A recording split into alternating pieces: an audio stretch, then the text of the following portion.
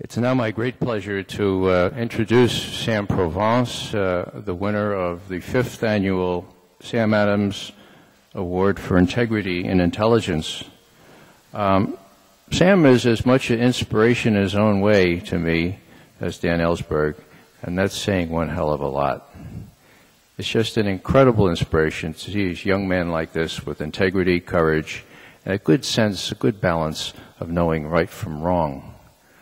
3 years ago, almost exactly, Sam was here to testify before Congress. And he happened to have an evening free, and it was the evening that all us whistleblowers convened here at American University. But Sam was under great strictures not to be public, and so he had to sit way in the back and receive no recognition.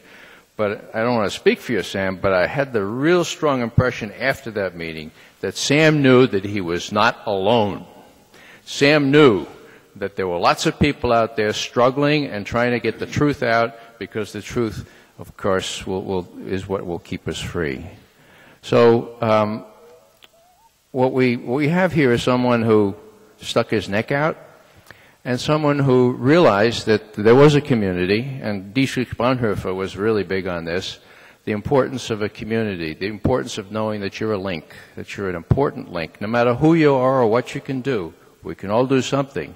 And Sam sensed that and went back there and continued his courageous witness. And so we're going to ask Sam to speak for about 5 or 10 minutes, and then we're going to give him this award. I would ask you to hang around, because after that we have a couple of people that have good suggestions about what we might do at this juncture in our country's history. Sam Provance, the floor is yours.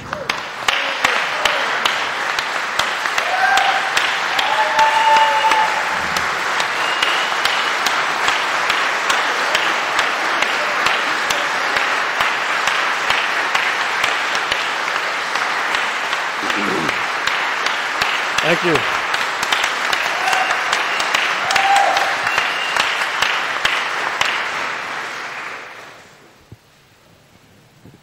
Thank you all very much.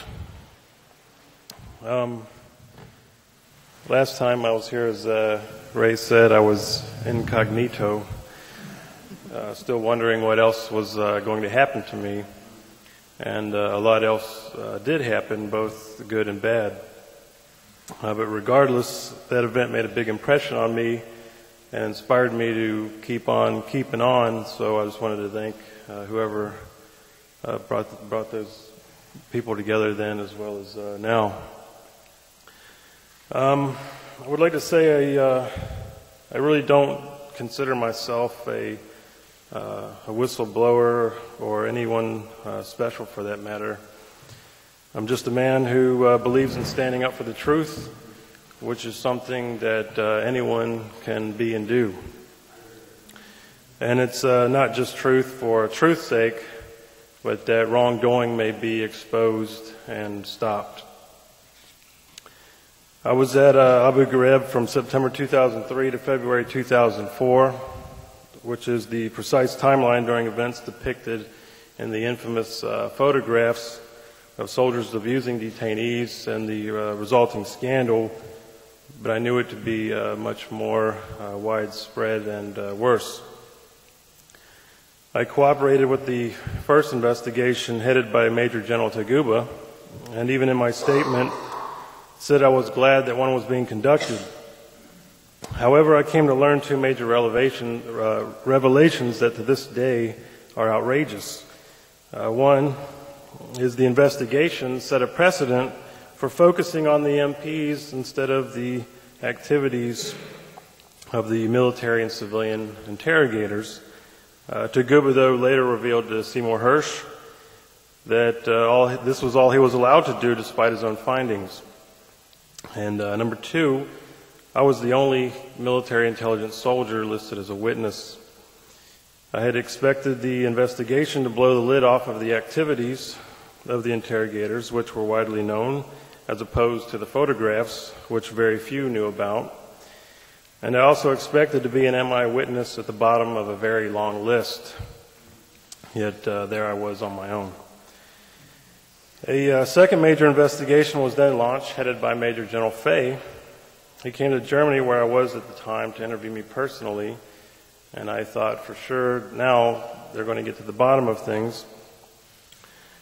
Yet not only did it prove to be a whitewash, but instead of being listed as a witness, I was now listed as a criminal to be charged.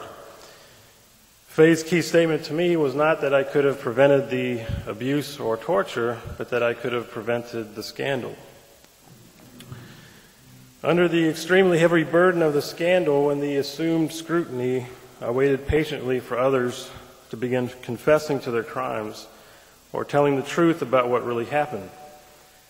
But more and more, everyone, from the president on down, kept scapegoating the MPs and the photographs and isolating the detainee abuse to just the moments in those photographs.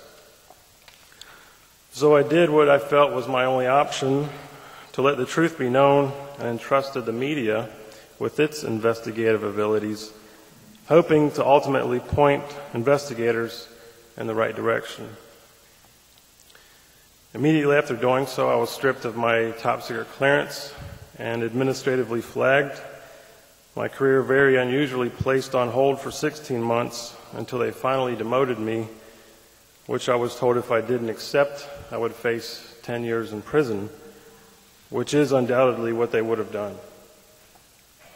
During that time and since, the scapegoating of lower enlisted soldiers has continued.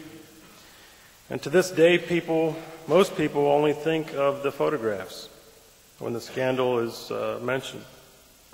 Bogus investigation after bogus investigation has been conducted when all we need is one honest investigation. I even appeared before a House of Representatives Oversight Committee, submitted them sworn testimony, which actually got Defense Secretary Rumsfeld subpoenaed. Yet he resigned months later, and God only knows where that all went.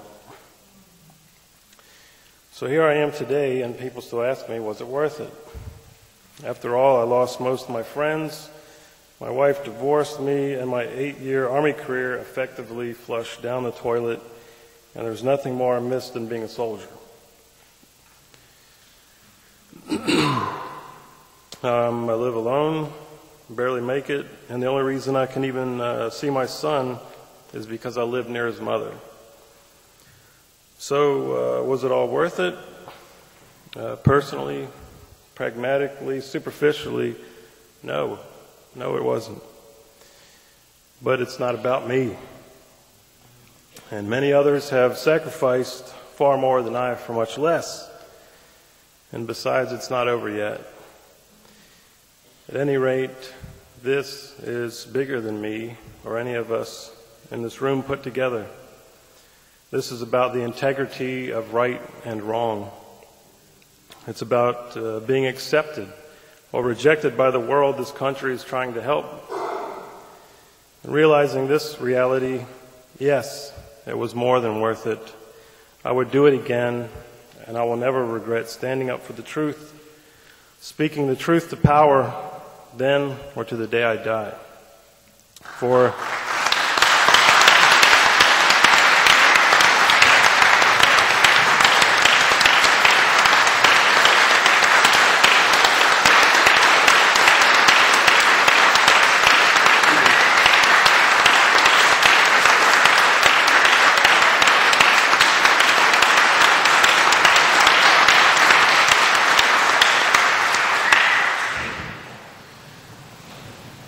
For without the truth, we would never be free and never be safe from corrupt power.